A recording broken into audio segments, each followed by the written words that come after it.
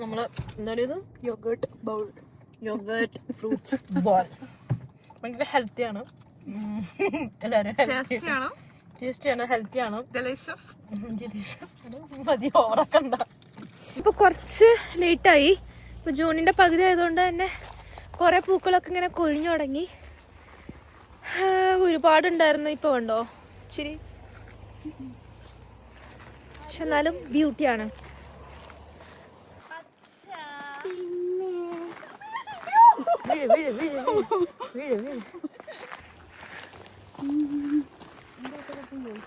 കുറച്ച് പാടാണ് നടക്കാൻ വേണ്ടി. നല്ലൊരു കയറ്റാണ്.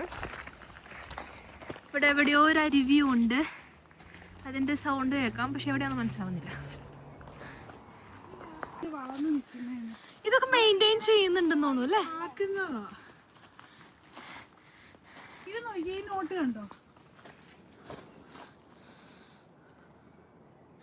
ഇതൊക്കെ ആരോ ഇവിടെ മെയിൻറ്റെയിൻ ചെയ്യുന്നുണ്ട്.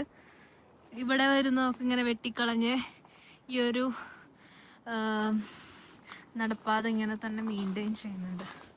ഇത് കാണുമ്പോൾ നമുക്ക് നമ്മുടെ നാട്ടിലെ ഏത് ഇടവഴി കൂടെ നടക്കുന്ന പോലെ ഒരു ഫീലുണ്ട്. പക്ഷെ തണുപ്പുണ്ട്, പൂക്കളുണ്ട്, സ്റ്റെപ്സ് ആണ് കേട്ടോ.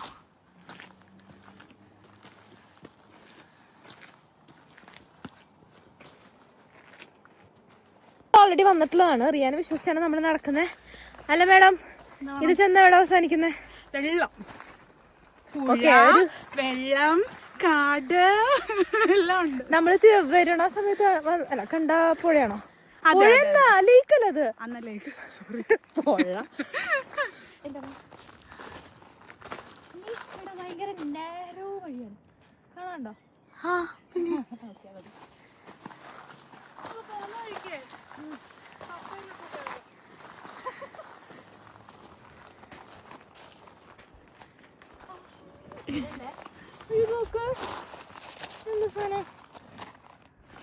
കാറ്റസ് ഇതാ.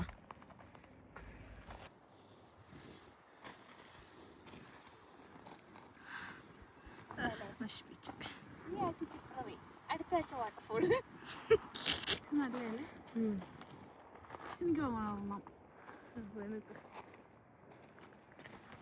പതിയെ നോക്കൂ,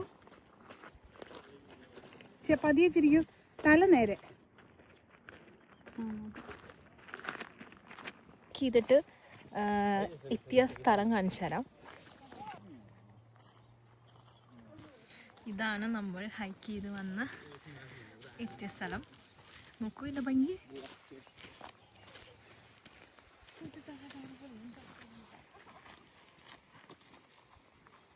എടുത്ത് കൊടുക്കടി.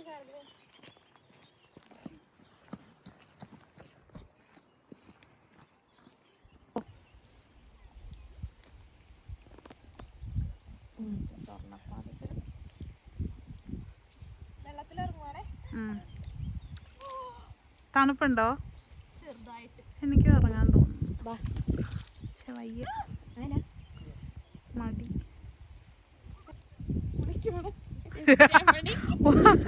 വന്നല്ലോ വന്നല്ലോ വനമാല വന്നല്ലോ.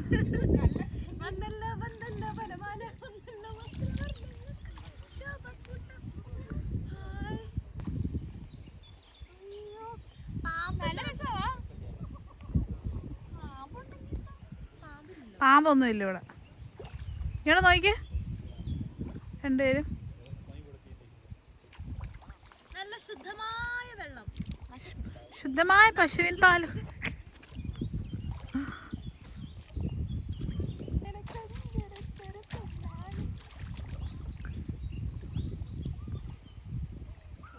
ഇതൊക്കെയാണ് അയർലൻഡിന്റെ ബ്യൂട്ടി.